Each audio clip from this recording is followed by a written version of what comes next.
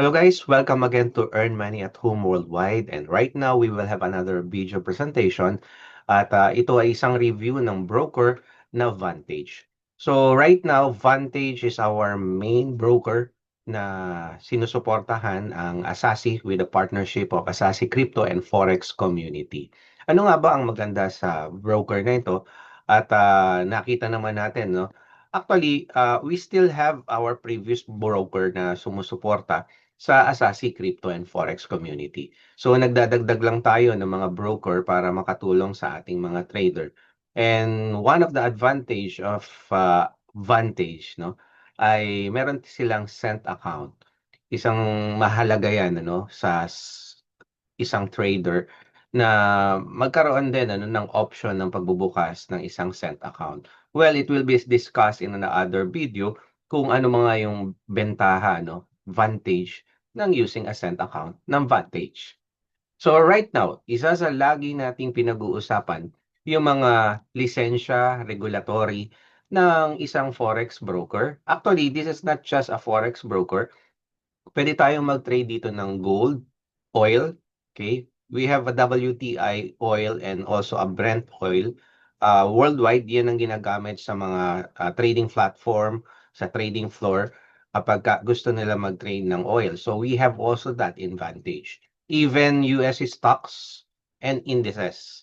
Ano nga ba ang indices? So normally, we have stocks no sa US, sa ibang mga bansa, sa Germany. Ngayon, nagsasama-sama yung kontrata na yon ng mga stocks sa isang contract para mai-trade yan. Like we have US na 100, yung Nasdaq na tinatawag. Even sa Germany, yung GER 40, na 40 company stocks na pinagsama-sama in just one basket para mai-trade mo. So imagine yung mga opportunity mo na mag-trade with Vantage. And even crypto ay included din sa Vantage. More than around 40 pairs of cryptocurrency ang pwede mong i-trade dito sa Vantage. Ngayon, ano ba ang review at rating ng WikiFX? Lagi nating ginagamit no, ang WikiFX pagka nagre-research tayo. So, silipin natin ito.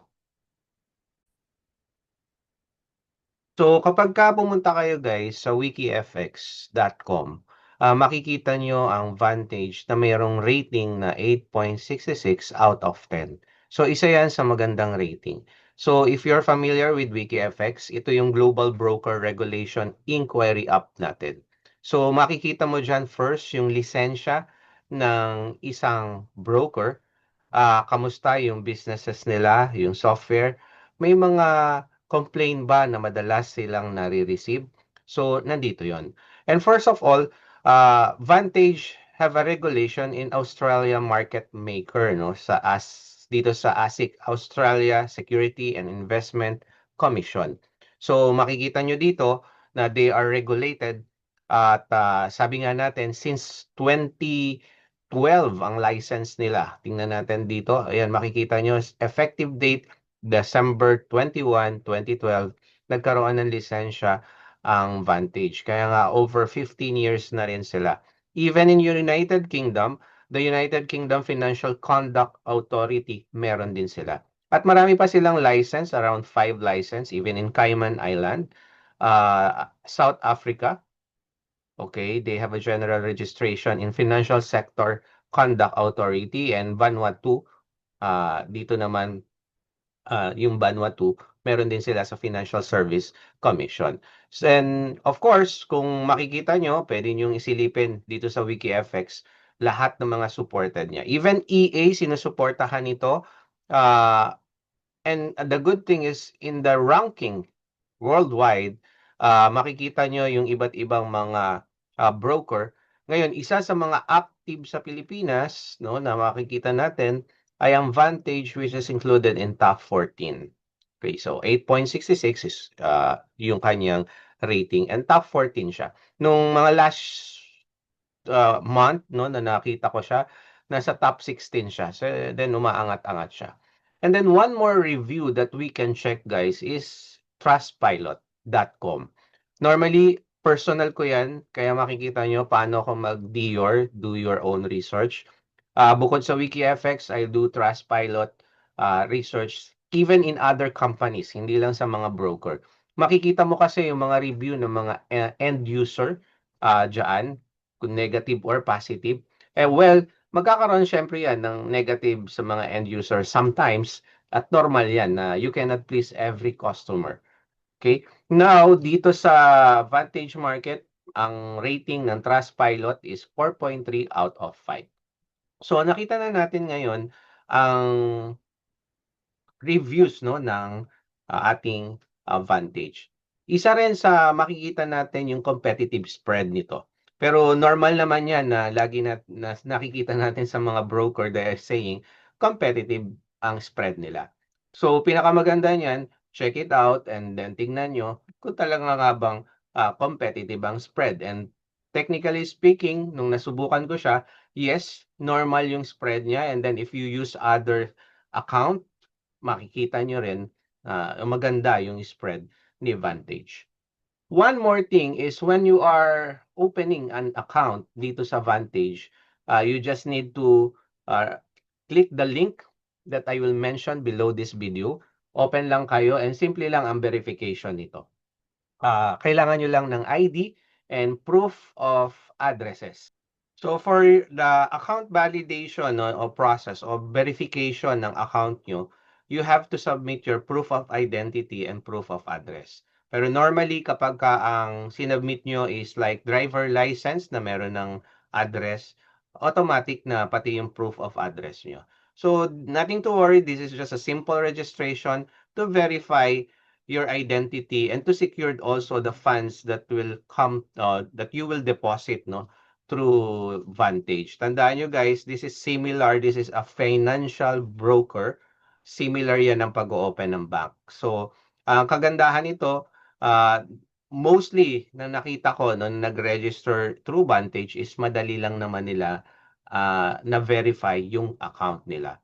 And one more thing, ang account natin, kapag yung mga trading account naman, this is different from the actual na dashboard or Vantage account mo Pinag-uusapan naman natin yung trading account.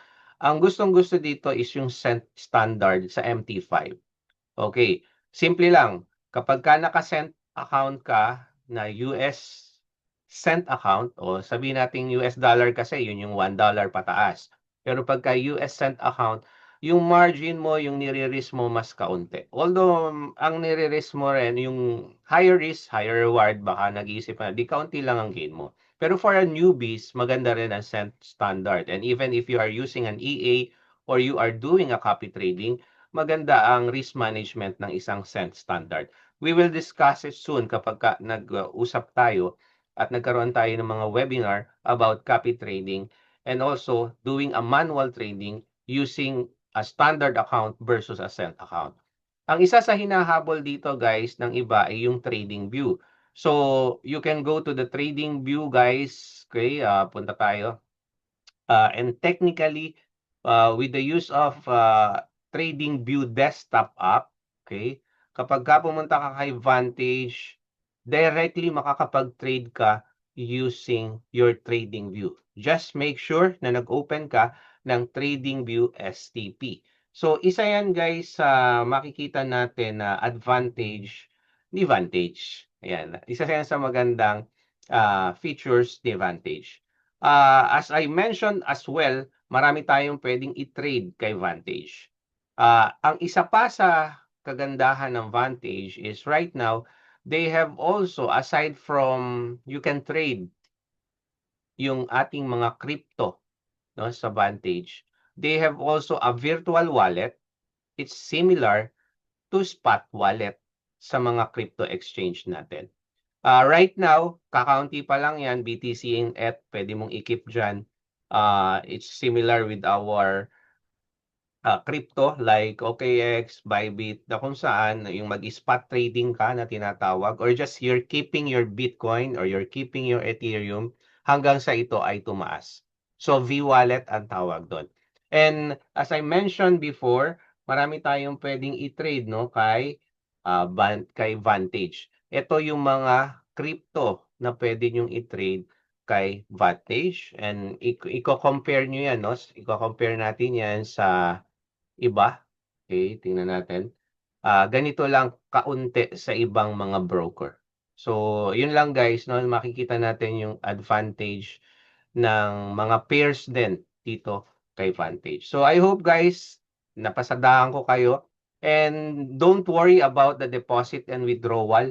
We have a different kind of option dito sa deposit and withdrawal natin. And make sure lang reminder, kung ano yung first deposit method mo, and I'm not discouraging pero wag niyong maging priority yung credit card. It's either cryptocurrency or local bank dito sa Pilipinas. Okay, meron tayong mga local bank, pwede yan GCash. And coach, ano ang pinaka-minimum? Actually, $10 is the minimum that you can deposit here in Vantage.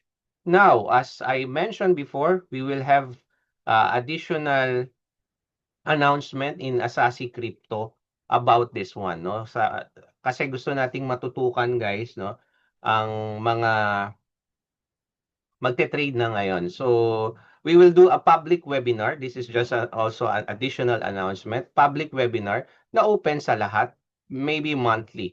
Pero about sa live trading and actual trading, para makafocus na tayo, no? Kasi since 1 year na tayo na nagbibigay ng free webinar dito sa ating YouTube channel and even sa Asasi Crypto and Forex community. So, tututukan natin yung mga nakaregister talaga kay Vantage. At the same time, yung may mga deposit.